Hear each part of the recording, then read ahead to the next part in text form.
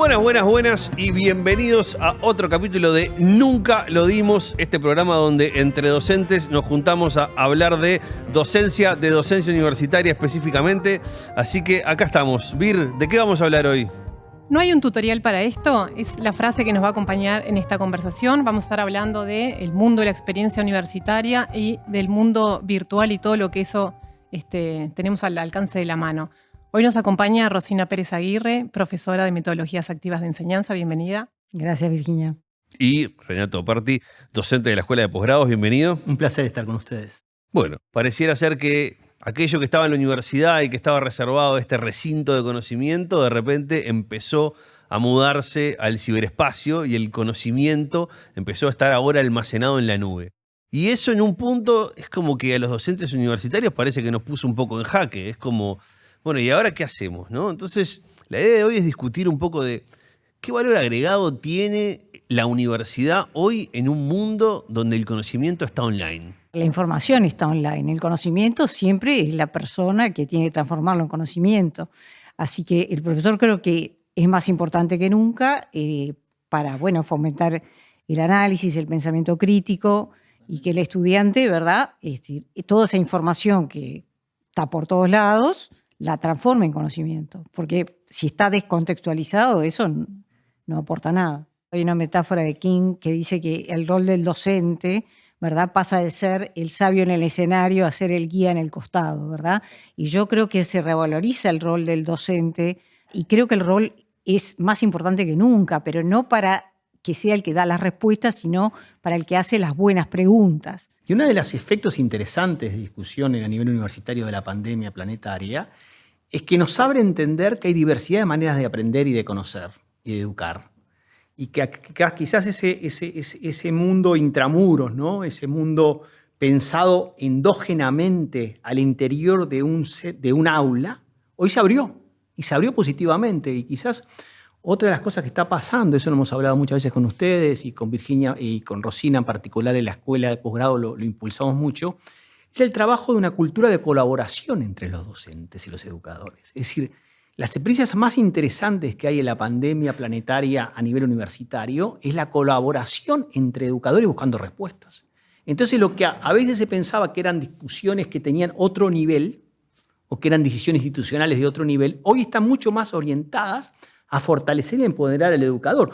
Porque, en definitiva, la evidencia comparada mundial te indica que el principal tomador de decisiones de cualquier sistema institucional y educativo, sea una universidad, sea un sistema educativo en su globalidad, sea un nivel, es el educador en el aula.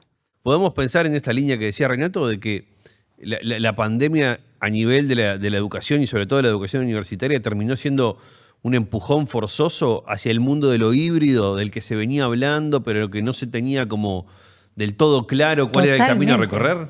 No me cabe la menor duda, porque, sin duda, la pandemia nos obligó a zambullirnos, ¿verdad?, en la educación digital, de una forma, educación de emergencia fue en un primer momento, ¿verdad? Pero ahora, justamente, todos nos estamos pensando post-pandemia y qué cosas mantenemos, que aprendimos, porque si volvemos a la presencialidad plena usando las cosas que usábamos antes, no aprendimos nada. Hay como 3 o 4 cosas que van de la mano en esta discusión, un poco construyendo en base a lo que decía Rosina. Una primera es que la hibridación de la educación no es distancia o educación virtual que se suma a la educación presencial. Es la combinación y la integración de la presencialidad y la virtualidad. ¿Con qué objetivo? Con el objetivo de potenciar aprendizajes, con el objetivo de atender al alumno de otra manera, la singularidad de cada alumno, etc. O sea que la hibridación no es el pasaje a lo digital, es la integración, es la redefinición de lo presencial integrado a lo virtual. Y eso en la práctica, ¿en qué se traduce, no? Porque estuvimos muchos meses frente a la computadora, estudiantes y alumnos, y en el escenario de vuelta, ojalá a la presencialidad, ¿cómo se maneja esa tensión o qué rescatar? ¿Cómo sería ese modelo, no? La discusión es sobre cómo la educación se apropia de la tecnología para potenciar los aprendizajes de los alumnos. Y ahí aparecen 2 elementos centrales en esa integración y complementariedad entre virtualidad y presencialidad. Es la diversidad.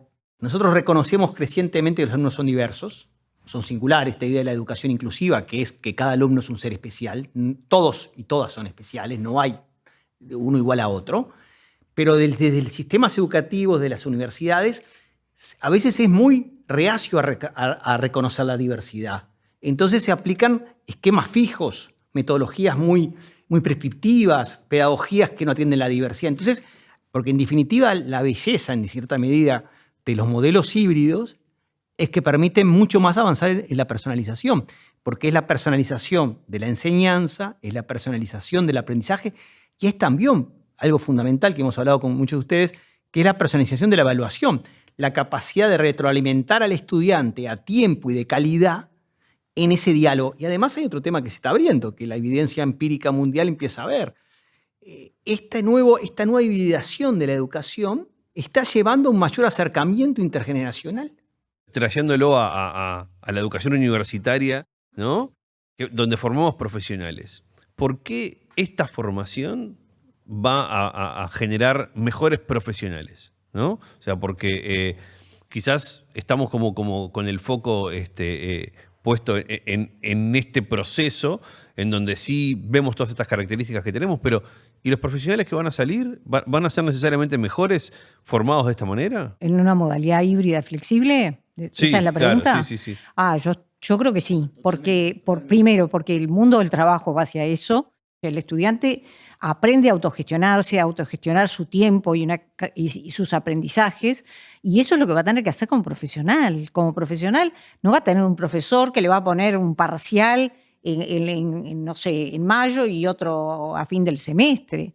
O sea, uno, avanza un poco por resultados. La tendencia no es a marcar tarjeta en el trabajo, ¿verdad? Sino a ser evaluado por resultados, por productos. Entonces, las nuevas formas de evaluación que tienen que ver con el proceso y la presentación de productos, donde hay una evaluación auténtica, ¿verdad? Y generalmente se generan productos cuanto más reales, más parecidos a los profesionales. Yo creo que digamos, este híbrido flexible, que es un poco, porque a veces con el concepto híbrido a veces se confunde con blended learning, no es eso, no es blended, sino es híbrido flexible, o sea, justamente la flexibilidad de que todas las modalidades combinadas y que se adapten a las mejores circunstancias del proceso son las mejores, ¿no? Que eso es una decisión, bueno, más allá de la pandemia que nos mandó a todos a casa, pero cuando eso no sea así, va a estar a diseño del docente. El propio docente, del claro. propio docente y del propio estudiante. Y del propio estudiante. Y del devenir del curso, ¿no? Claro. O sea, también a medida que se vayan necesitando. Claro, hay cosas que vale la pena que estemos todos juntos en determinado momento y hay cosas en que no, y que es hasta mejor que digamos, lo prolonguemos, tengan una semana de trabajo a sincronía, donde ellos estén investigando, lo que fuera.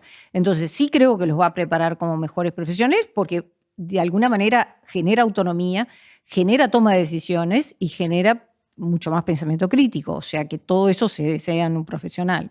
Eso que decía Rosina de que los prepara mucho mejor para ese mundo combinado, es un mundo de combinaciones. Es un mundo donde uno en su vida familiar, personal, laboral, ciudadana, combina cosas, combina virtualidad, presencialidad, combina diferentes arreglos.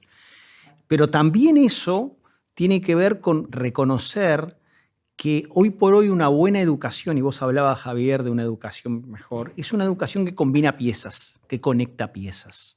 Y los modos híbridos lo que te permiten es integrar las disciplinas. Y creo que hay también una metáfora que a mí me gusta mucho, que es ser competente es saber qué hacer cuando no sabemos qué hacer.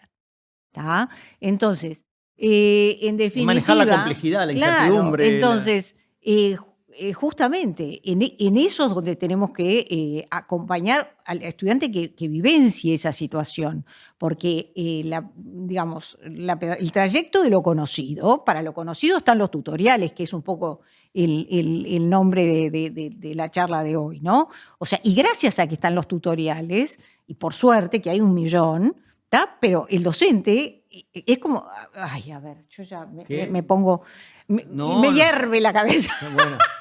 con algunas Te cosas. excita Pero la está bien. discusión.